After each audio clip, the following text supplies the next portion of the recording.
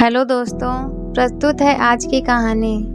न जाने कितनी बार निशा मोबाइल को चेक कर चुकी थी, लेकिन हर बार मायूस हो जाती।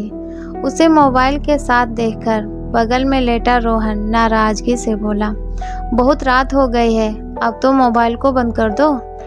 दिन भर मोबाइल को लेकर बैठी रहती हो, अब क्या रात में भी नहीं छोड़ोगी? सो जाओ, वरना सुबह नहीं उठ पाओगी और फिर दिन भर चिक चिक करोगी। आपको सिर्फ मेरा चिड़चिड़ाना दिखता है, लेकिन क्यों, उसकी वजह कभी नहीं देखते?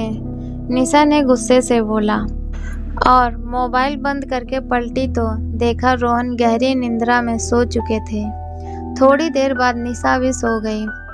दूसरे दिन सुबह सभी काम करने के साथ निशा बार बार मोबाइल देख रही थी। उसे ऐसा करते देख रोहन उसके हाथ से मोबाइल ले लिया। क्या कर रही हो? किसके फ़ोन का इंतज़ार कर रही हो? कल से देख रहा हूँ, रात में भी बार बार उठकर पता नहीं क्या देख रही थी। रोहन की बात सुनकर निशा चिढ़ गई। परेशान न हो, इतनी जल्दी और आसानी से आपका पीछा नहीं छोड़ने वाले। मैं सिर्फ व्हाट्सएप मैसेज और स्टेटस देख रही थी। और हर बार की तरह इस बार भी निराशा ही हाथ लगी। तुम फिर उसी बात को लेकर बैठ गए। हर साल तुम इसी बात को लेकर नाराज रहती हो। अब उन लोगों को नहीं याद करता तो ठीक है ना? रोहन ने बात काटने की कोशिश की। इतने में निशा की बेटी रूही बोली, पापा सही तो कह रहे हैं मम्मा।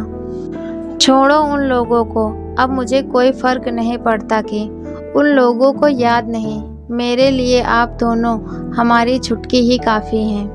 बड़ी बेटी रूही ने निशा के गले लगते हुए कहा और पास ही बैठी छोटी बेटी नैना भी बोल पड़ी, हाँ, हमें कोई फर्क नहीं पड़ता। बेटियों के बात सुनकर निशा और रोहन को देखा तो उसने इग्नोर कर दिया। रोहन ऑफिस चला गया, रूही कॉलेज और नैना स्कूल।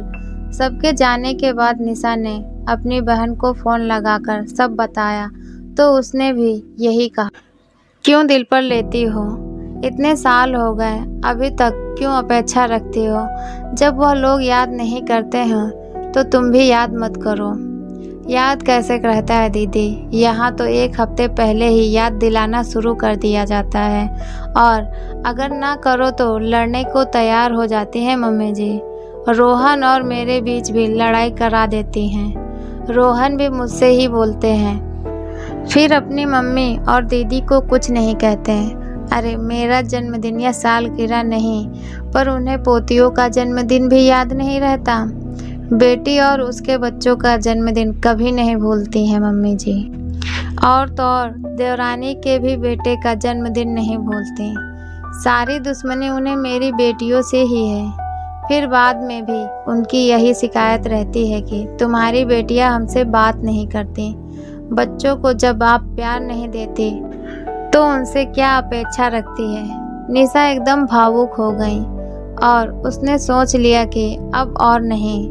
रोहन की बड़ी बहन के बेटे का जन्मदिन आने वाला था और जैसा कि निशा जानती थी कि उसकी सासू जी का फ़ोन आना शुरू हो गया।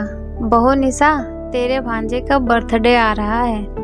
इकलौता भांजा है, उसे रात को 12 बजे फ़ोन कर देना और व्हाट्सएप पर मैसेज भी लगा देना और अपनी बेटियों से भी बोल देना कि उसे विश जरूर करें। निशा ने हाँ कर बात टाल दी, लेकिन इस बार निशा का कुछ और ही प्लान था। रोज़ रोज़ याद दिलाने पर भी निशा ने फ़ोन नहीं किया और ना ही कोई मैसेज किया। जन्मदिन वाले दिन उस दिन मोबाइल को साइलेंट मोड पर डाल दिया। शाम को जब रोहन ऑफिस से आया तो वह गुस्सा होने लगा। निशा निशा कहाँ हो? वैसे तो दिन भर मोबाइल से चिपकी रहती हो, लेकिन आज तुम्हें मोबाइल देखने की भी फुर्सत नहीं।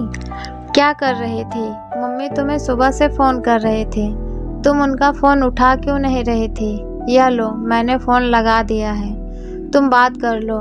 रोहन ने अपना फ़ोन निशा की ओर बढ़ाते हुए कहा। निशा ने एक गहरी सांस ली और फ़ोन को ले लिया। नमस्ते मम्मी जी।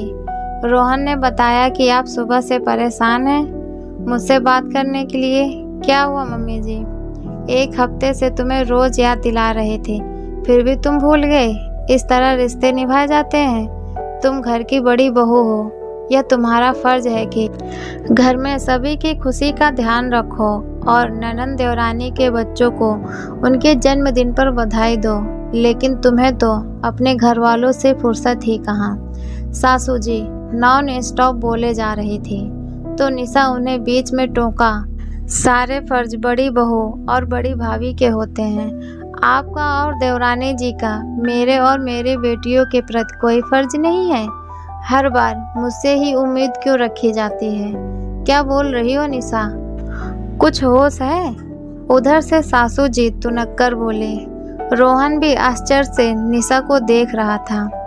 आपको सबका जन्मदिन याद रहता है, सिर्फ मेरी बेटियों को छोड़कर। अभी 15 दिन पहले रूही का जन्मदिन था, तब आप में से किसी ने भी ना ही फ़ोन किया ना ही मैसेज किया। 17 साल की हो गई है रूही और आज तक एक बार भी आप लोगों ने उसे विश नहीं किया। आपको सबकी शादी की सालगिरह याद है, सिर्फ अपने बड़े बेटे और बहू की छोड़कर। क्या आपने कभी भी विश किया है हमें? ना आपने, ना ही आपकी बेटियों ने और ना आपकी लाडली छोटी बहुओं ने। रूही ने आपको पहली बार दादी बनाया, लेकिन आपके लिए इस बात का कोई मोल नहीं, क्योंकि वह पोती हैं। आपको हमेशा शिकायत रहती है कि मेरी बेटियां आपसे बात नहीं करती, तो इसमें कसूर आपका है और आपके रूखे व्यवहार का। रिश्ते तभी निभाए जाते हैं जब उन्हें बराबरी से निभाया जाए। माफ़ कीजिएगा, लेकिन मैं अब यह फ़र्ज़ निभाने से इनकार करती हूँ। जहाँ मुझे और मेरी बेटी का सम्मान मिलेगा, सिर्फ वहीं पर रिश्ते अब मैं निभाऊंगी। उम्मीद है कि आगे से आप मुझ पर रिश्तों का बोझ नहीं डालेंगे। निशा ने फ़ोन काटकर रोहन को मोबाइल वापस कर दिया। रोहन फिर उसे देखता रह गया। आज उसकी भी हिम्मत नहीं हुई कि निशा को उसके फ़र्ज पूरा करने के लिए कहे। निशा आज खुश नज़र आ रहे थे।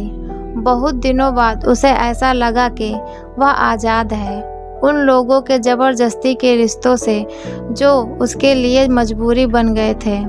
आपको क्या लगता है, निशा का अपनी सास को जवाब देना सही था? फिर जैसे चल रहा था वैसे ही चलने देती। तो दोस्तों, कैसी लगी है मेरी कहानी?